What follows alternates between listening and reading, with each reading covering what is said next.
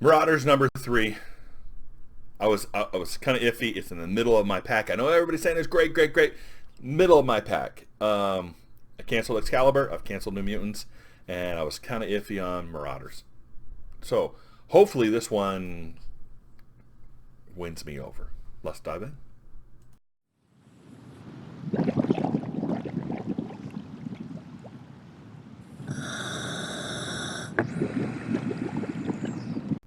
Welcome back to Long Box Diving, where we explore comics and story arcs pulled from the long box. Marauders number 3, written by Gary Dugan, Michelle Bandini, doing the art. I believe she's doing the art. Now, I was kind of iffy about this. Yeah, Michelle Bandini's doing the art. I was kind of iffy about this book. Now, I've heard a lot of people say this is the best book. I'm not a big fan of the way Kitty's being portrayed. Not. No, she grew up. Now she's right back to a drunk, and then not back to a drunk. She's acting like a child, and then she's a drunk. Not my cup of tea. The tattoo thing, it just doesn't fit with my idea of Kitty Pryde. I'm sure it can grow on me, but it didn't. Now Gary Dugan himself, I like his writing. Savage Avengers, fantastic. Gary Dugan does a great job. So when I canceled Excalibur and I canceled New Mutants, which, by the way, New Mutants only exist to get Douglock off the planet. I was like, well, this is number 3. And if number 3 doesn't win me over, so it's middle of my pack of the new Dawn of X. If it doesn't win me over with number 3, I'll probably cancel it. So I decided to give it a fair try. I'm going to read it and see if I like it and see if it can win me over, or if I'm canceling it. So we'll see. As I go through this, I've already read it, and I've already made my decision, but I'll leave it till the end because I want to surprise you. Now, we open up, and the art is done really pretty well. I did really enjoy the art in this. We get a picture of the Red Keep. We get a picture of the Blackstone and the White Palace. So this is the Hellfire Trading Company, and there are 3 places of residence on Krakoa, the Krakoan Island, and then we see this Hellfire Bay. It's very beautiful, and I would like to live in any one of these castles. It's kind of off a little bit with the perspective, the way it's shot from a bird's point of view. It doesn't fit quite right, but it's okay. Then we get the Black King, Sebastian Shaw. Sebastian Shaw basically is, heading into Krakoa through the portal. He has like a big branch that he has to walk down from his castle gate. And then he goes through the portal, and apparently he's going to get his son resurrected. Sebastian Shaw. Sebastian Shaw was dead. And I don't remember when he died, but I'm pretty sure he died back in Uncanny X-Men before, because he was actually working with the bad guys. And I thought Sebastian Shaw had something to do with Psylocke, but I don't remember. It's so long ago. I have to go back and look. So he shows up and says, "Hey, I'd like to get my son resurrected." The 5 are there, and he's like, "Does it work well?" Now you've seen the X-Men Resurrected, so you got to assume it does kind of work. But then you see Pyro sitting here and like, "Hey man," and they're like, yeah, "He's drooling, dude. He's in a wheelchair and he's drooling." Oh no, he's fine. He just got into Logan's stash, and we found him sleeping it off. So this kind of works because Pyro kind of works as a comedic relief. Where last time in X-Men, Cable does not work as a comedic relief. I don't like it. I like how Hill does it in Fallen Angels. But here, Pyro as a comedic relief actually worked pretty good. And he did in the last issues of Marauders as well. So they decide to resurrect Sebastian Shaw, Shinobi Shaw. And he comes back and he's like, "Father, what's going on?" He's like, a lot has changed in a short amount of time. I've got to explain. He goes, "Well, how did I get here?" He goes, "Well, we can discuss that later." We see his body, where he was dead. And I don't remember exactly how he was killed, so I'd have to go and look up, okay, how did this dude die? Because the ending tells us what Sebastian Shaw believes why he died. But we don't know if that's really how Shinobi Shaw died or not. So they come out of the tree. And they're like, "Well, how do you know you are who you are? How do you know you are Shinobi?" And he's like, "Well, I still want to kill my dad." Well, yep, definitely you. Everything's fine. We see again, Pyro's like, "Shaw," he's like, That guy's crazy.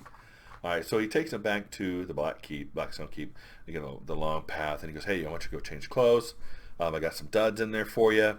And then we're gonna go, and I'm gonna start explaining what's going on. We're the Hellfire Company. We're growing medicines for humans that allows them to live longer. Some countries have gates. Some countries are holding access to gates. Some countries don't have gates.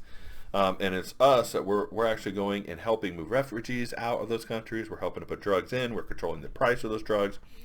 Who gets it, all that kind of stuff.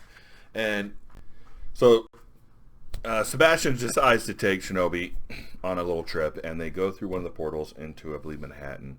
I think it was Manhattan, Central Park, yeah.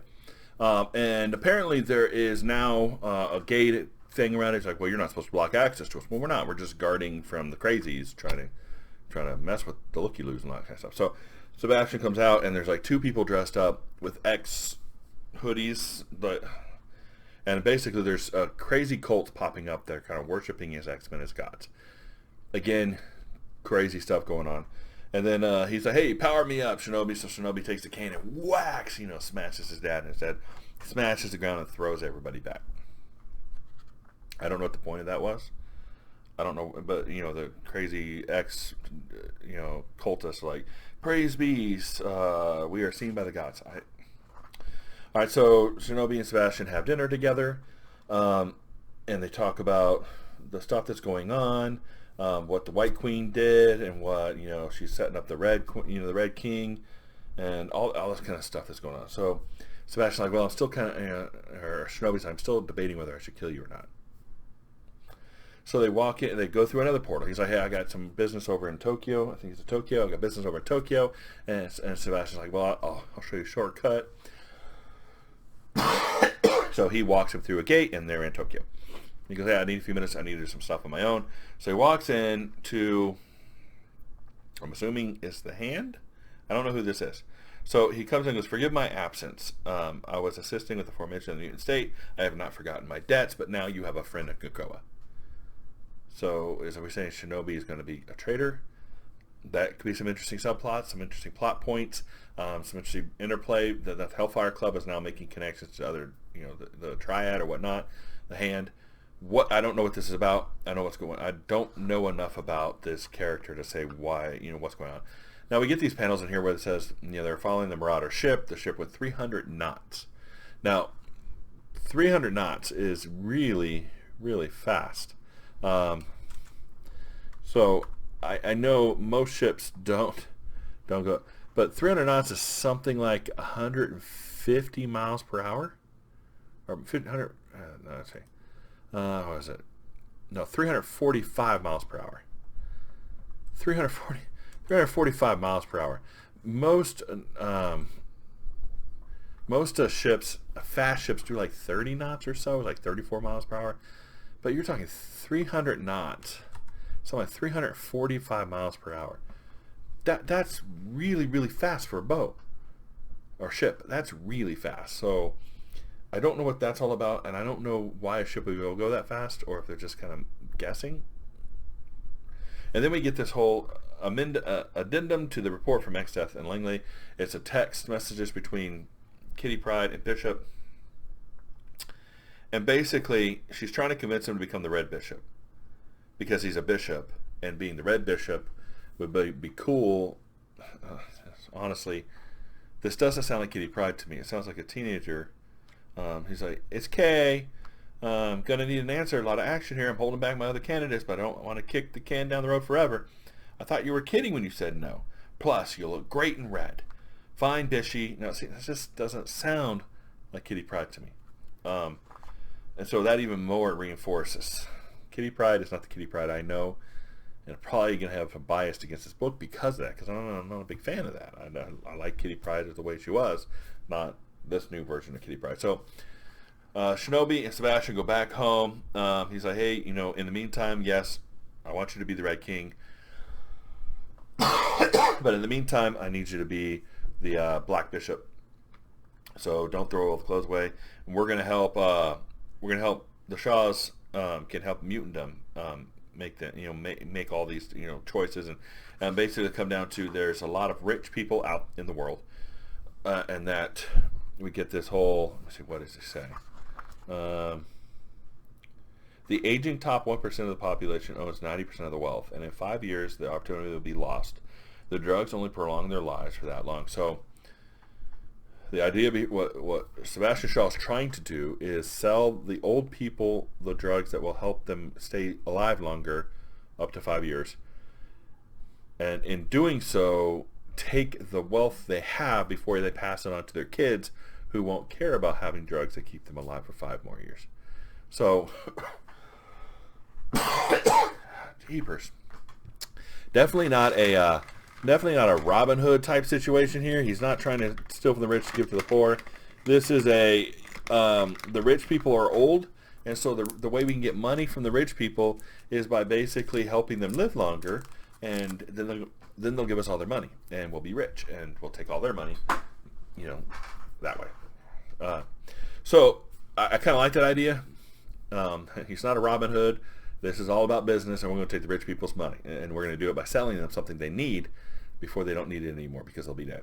And then it shows them a new ship. They see this big boat over here, and he goes, well, that is the White Bishop's boat or ship, and now we have this gunship, and this is going to be the Black Bishop's. You are gearing him up for a fight, not just transporting people. It's all about business. So Shinobi said, well, I need one thing before I decide whether I want to join you or not. I need to know who killed me. And he says here, the White and Red Queens conspired to murder you. Now, I don't remember that happening. Again, I don't know enough about this character to say that's true or not. All right, so there's literally almost no action in this book. There's like one scene of action, and it was Sebastian Shaw punching the ground. And it's Shinobi hitting Sebastian and Sebastian punching the ground. A lot of world buildings being set up, a lot of stuff going on. I do not like this version of Kitty Pryde. So, am I going to cancel it from my poll? No, not yet. It still didn't move up to number 2. It's still number 3. It's pretty good. I like a lot of what's going on. I just don't like the version of Kitty Pryde. Now, this didn't have a lot of Kitty Pryde in it, so pretty good. But I didn't know a lot about Shinobi, so I'm missing some things. I don't know why he went back to the Tokyo. I don't know why he died. I don't know. All these things that are happening, I don't understand why yet. So I want to stick around and figure out why, what is going on here. So that was good. So Gary Dugan's doing a good job. The art's good, not fantastic, but good. And it's solid. The colors are solid. Everything's great. It's just a solid book. It's not a fantastic book. It's a solid book. So recommend? Yeah, I mean, get it. It's interesting. So we'll keep going with this until I figure out whether I've lost interest in it, because there's nothing else to sell it at this point. It has to be interesting. That's what it is. So if you like this review, please like and subscribe, and we'll see you next time here in the Long Box.